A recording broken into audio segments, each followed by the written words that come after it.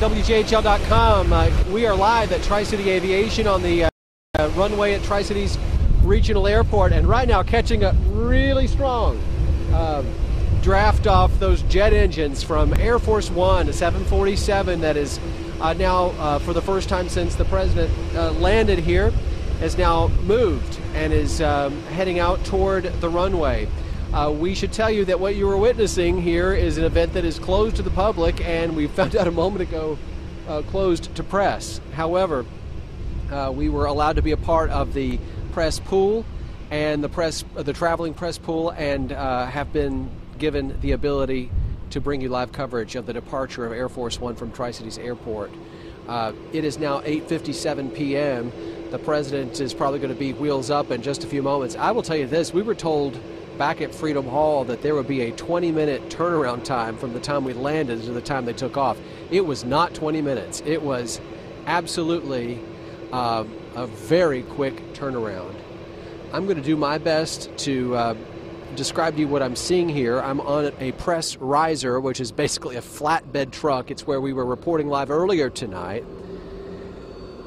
And now we're back there, but we are the only ones here. As far as I can tell, there is no other media present. And was something that the Secret Service and White House Press Corps both told us would be the case. Air Force One now on the runway. It appears we're about to see takeoff.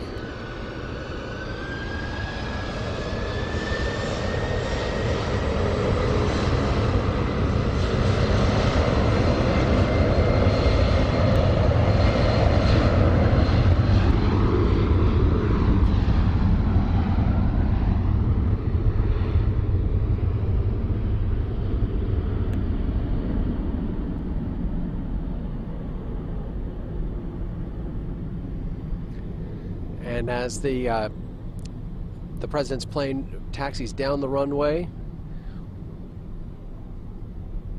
we're now seeing it has in fact taken off. It is 8:59, and the president of the United States is wheels up, having completed his visit to the Tri-Cities region, a visit in support of Senate candidate Marsha Blackburn. We're going to stay with the plane until we no longer can see the plane. Not able to be seen by you right now, but just off to the right of where we are is Governor Bill Haslam, gubernatorial candidate Bill Lee, and several others who appear to have traveled with the president, and you could tell that they have stayed here to watch the departure of Air Force One.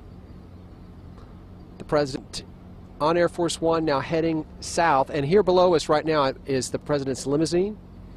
Which I don't know if you can see it if we pulled wide, possibly. Both presidential limousines are now crossing the tarmac at Tri-Cities Airport.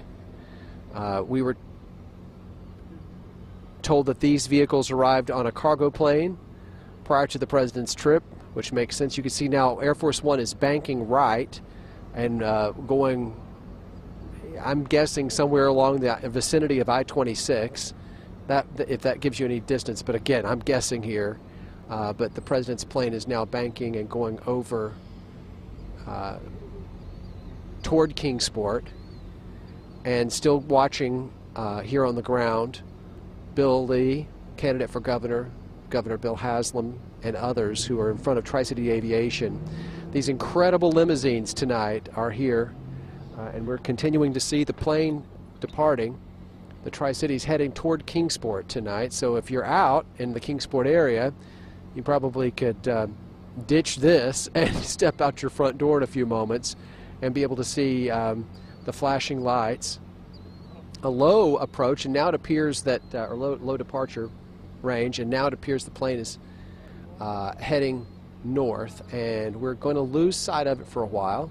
We're going to get a little twisted up here, but I'm going to do my best to stay out of the way of the camera view. That's the plane, that's the Air Force One now kind of disappearing right over the top of Tri-City Aviation.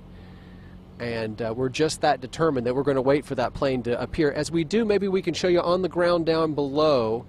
You can see with some wearing suits there, that's the governor and gubernatorial candidate Bill Lee. and they've gathered with others who wanted to watch the plane take off. Just to the left here are the presidential limousines. There were 2 of them, and that multitude of black SUVs. For that detail for the president, you've got to think they're probably very relieved to have completed a successful assignment. This is something that some of them have been working on now for days, and now we're seeing the reemergence of Air Force One right above the building there. I'm going to duck under the camera and get out of your way.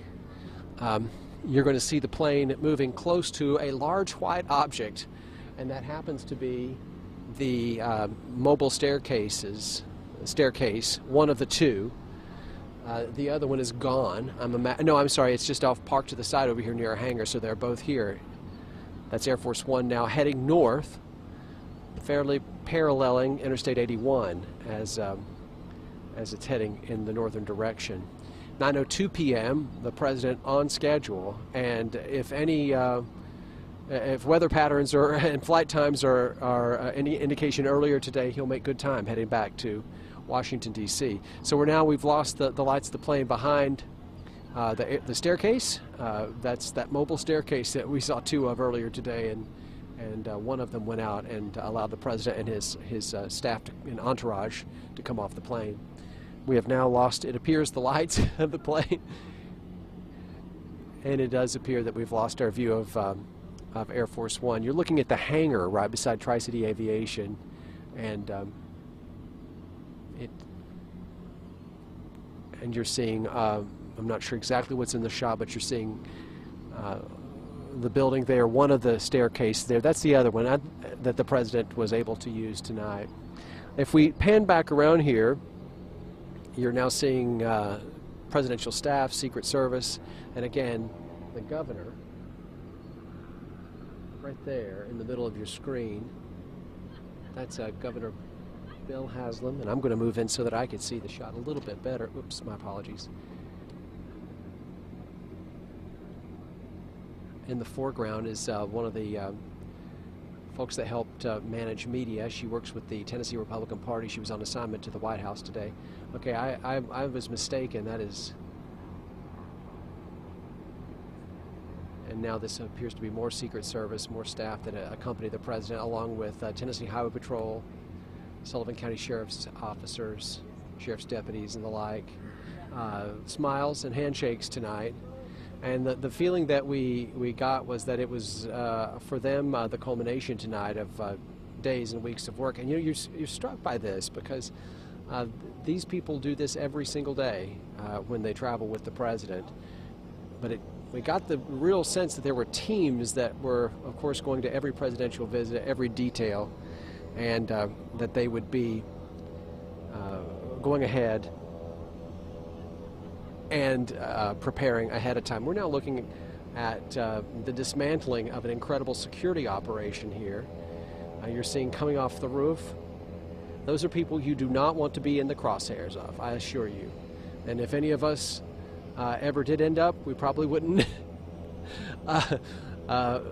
be around to talk about it very long. And I say that with great respect, and those are probably some of the finest shots in the country, and they are, I believe, part of the detail that protects the president. They move with him, and they were visible parts of the operation throughout the day today. If we head back down on the ground, just showing you what we're seeing, I'm no longer seeing the governor. However, I might be mistaken, but it does not appear that he is in the area anymore. So we saw Governor Haslam arrive by plane prior to the president's arrival. I ran into Bill Haslam. He and his wife were, ran into Bill Lee. He and his wife were in Tri-City Aviation as they were moving us out. They being Secret Service, we were able to see them very briefly. And so he arrived even prior to that. We'd heard that he was in the area doing a fundraiser earlier today. Not information I've been able to confirm, but that's what we were told here. A lot of people who are probably familiar with each other in the context of assignments to protect and coordinate for the president in different locations. We got to see some familiar faces in law enforcement today, some of them who were front and center, and for them it was definitely not your average work day. Air Force One is now out of sight, and we're no longer able to see it here. And I'm gonna, if I could, just step back in front of the camera with maybe low lighting. I'm going to, as a signal for those of you who are at the station who are monitoring this live feed, I can get texts. So let me know what your plans are. But I want you to see what I'm seeing. And maybe a best thing, let me do this, Philip, if I could step out of the way. That is the presidential limousine, the 2 presidential limousines. When those vehicles were parked inside of Freedom Hall, it was a surreal experience for me. And I keep using that term, forgive me if it's overused, but it was nothing that I really could relate to anything else. And this may be the governor's plane that is departing there in the distance. But those 2 limousines, where one of them was parked inside of Freedom Hall, and I walked up right next to it, and it is just a massive, massive vehicle that, you know, the hood of the car is like right up here, and it had more of a feeling of a tank than a limousine. All right, we have done it. We've come to the end of our coverage from Tri-Cities Airport, Tri-City Aviation. Thanks to all of you who have watched. I want to say a huge thanks to our staff back at the station and all the team who just did an amazing job bringing you live coverage all day long. And to my chief videographer, Philip Merle, who in fine fashion, after everything we've been through today, is now holding up an iPhone light so you can see me better at home. A big thanks to him and to all of you for watching. Have a great night. Thanks for tuning in. We'll see you at 11 o'clock with complete coverage from News Channel 11 and ABC Tri-Cities.